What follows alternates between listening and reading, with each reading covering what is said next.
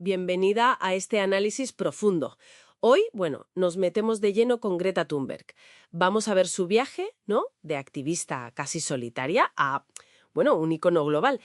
Nos basamos en varias fuentes que detallan su trayectoria, su impacto y también, claro, las polémicas. La idea es desentrañar un poco qué mueve a Greta, cómo influye y cómo ha ido cambiando su activismo. Y las críticas, que siempre están ahí. Vale. Pues, a ver, vamos a empezar por el principio, por sus inicios, que están marcados por una conexión muy personal con la crisis climática. Según las fuentes, Greta se entera de lo del cambio climático con solo 8 años. Muy joven. Y a los 11, la inacción que ella percibía la sumió en una depresión bastante fuerte. Incluso con mutismo selectivo, o sea que le costaba hablar en ciertas situaciones, y perdió mucho peso. Y ojo, todo esto fue antes de empezar la famosa huelga escolar. Eso es fascinante. Fíjate cómo esa conciencia tan temprana y ese sufrimiento personal convirtieron algo abstracto como el cambio climático en una realidad casi existencial para ella. No era solo saberlo, era sentirlo en sus propias carnes, digamos. Y eso probablemente es lo que forjó ese estilo de comunicación tan directo, ¿no? Tan inflexible que vemos. Sí, y más tarde le diagnostican Asperger, TOC, el trastorno obsesivo-compulsivo. Ella misma ha dicho que el Asperger no es una enfermedad para ella, sino su superpoder. Argumenta que le permite centrarse, enfocarse intensamente en los datos, en la ciencia. Claro, y esa forma de verlo, esa resignificación que hace del diagnóstico, es muy potente.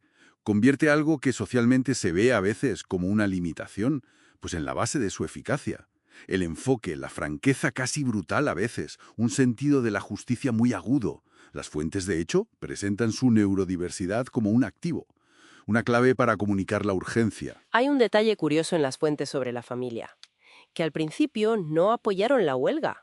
Para nada. Su padre llegó a decir que cambiaron su estilo de vida radicalmente. Se hicieron veganos, dejaron de volar. Su madre dejó su carrera de cantante de ópera internacional, pero que lo hicieron no solo por el clima, sino, y cito, para salvar a su hija. Verla a ella como revivir con esos cambios fue lo que le dio esperanza a Greta. Ya. Ahí se ve clarísimo cómo una convicción personal muy fuerte puede generar un efecto dominó inmediato. En el entorno más cercano, quiero decir. Antes incluso de ser famosa.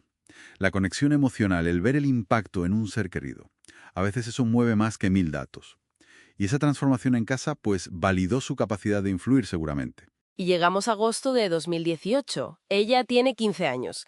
Inspirada, dicen las fuentes, por las olas de calor brutales en Suecia y también por los activistas de Parkland, en Estados Unidos. Empieza su Skolstrike for Klimate, la huelga escolar por el clima, sola, frente al Parlamento sueco. Y eso prende la mecha. Se convierte en el movimiento global Fridays for Future. Claro. La clave ahí fue la simplicidad del acto. Una huelga escolar, algo que todo el mundo entiende. Y unido a un contexto local muy real, muy tangible. Las olas de calor. Era algo fácil de replicar. Y luego, claro, los medios, las redes sociales, lo amplificaron todo. Un gesto individual que cataliza un movimiento de base. Global y muy auténtico en su origen. Su influencia, desde luego, es innegable. Se habla del efecto Greta. Aumentó la cobertura mediática, la preocupación de la gente. Y no se ha cortado en confrontar directamente a líderes mundiales, en la ONU, en Davos, con discursos muy apasionados. El famoso «¿Cómo se atreven?», que resonó muchísimo. Exacto. Su poder no está solo en concienciar, que también, sino en fijar la agenda, poner el tema sobre la mesa. Y su propia figura, joven, neurodivergente, directa, le da una especie de autoridad moral. Una autoridad que, como apuntan las fuentes, desafía las estructuras de poder más tradicionales. Pero claro, esa misma visibilidad, ese estilo tan directo, pues también le genera críticas constantes. Normal, supongo. Las fuentes recogen acusaciones de ser un títere, de que hay intereses detrás, o que su activismo está escenificado, que es un montaje, como pasó con la detención esa en Lützerath, en Alemania, en 2023, que luego la policía alemana dijo que no fue pactada, que fue por razones logísticas. Pero la imagen quedó. Sí, esa polémica de Lützerath es un buen ejemplo de cómo las imágenes se pueden sacar de contexto muy fácilmente. A veces influyen sesgos cognitivos, ¿sabes? como la heurística de disponibilidad, que es esa tendencia a darle más importancia a lo que recordamos fácil, como una foto viral. Y los algoritmos de las redes, claro, que potencian eso. Pero bueno, más allá de eso, estas críticas también reflejan un debate real dentro del ecologismo, un debate estratégico, ¿qué funciona mejor? ¿La confrontación directa o una persuasión más gradual? Y últimamente su activismo se ha expandido, ¿no?, a otras cuestiones. Las fuentes hablan de su apoyo a la causa palestina. Ha usado la kufilla, el pañuelo tradicional palestino, que es todo un símbolo, y participó en la flotilla de la libertad hacia Gaza en junio de 2025, donde de hecho fue detenida por fuerzas israelíes en aguas internacionales. Claro, si conectamos los puntos, esta expansión, para algunos, es una conexión lógica, una conexión necesaria entre distintos tipos de justicia, la ambiental, la social, la política, pero, como también reflejan las fuentes, esto le expone a críticas mucho más duras.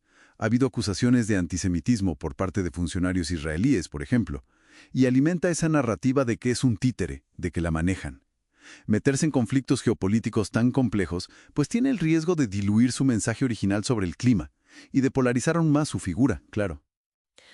Lo de la flotilla fue una acción de alto impacto mediático, sin duda, con estrategias narrativas muy claras por ambas partes, hay que decirlo, única, y que ha movilizado a millones. Pero también es una figura compleja, siempre bajo la lupa, bajo escrutinio constante, y ahora además navegando aguas geopolíticas bastante turbulentas. Exacto. Su capacidad para iniciar el debate, para catalizarlo, es real. Nadie lo niega. Pero esa misma relevancia, esa prominencia, la hace muy vulnerable a la politización, a la instrumentalización. Y la ampliación de su foco, bueno, aunque pueda ser coherente con su visión del mundo, inevitablemente complica su imagen pública y quizá, solo quizá, diluye un poco su impacto original centrado en el clima. Y para terminar, quizá una reflexión final para quien nos escucha. ¿Cómo afecta el hecho de que los medios y el público en general nos centremos tantísimo en una sola activista? Por muy influyente que sea, ¿cómo afecta eso a nuestra forma de entender y de abordar las crisis? Las crisis sistémicas, globales, que ella misma denuncia. Es algo para darle una vuelta, ¿no?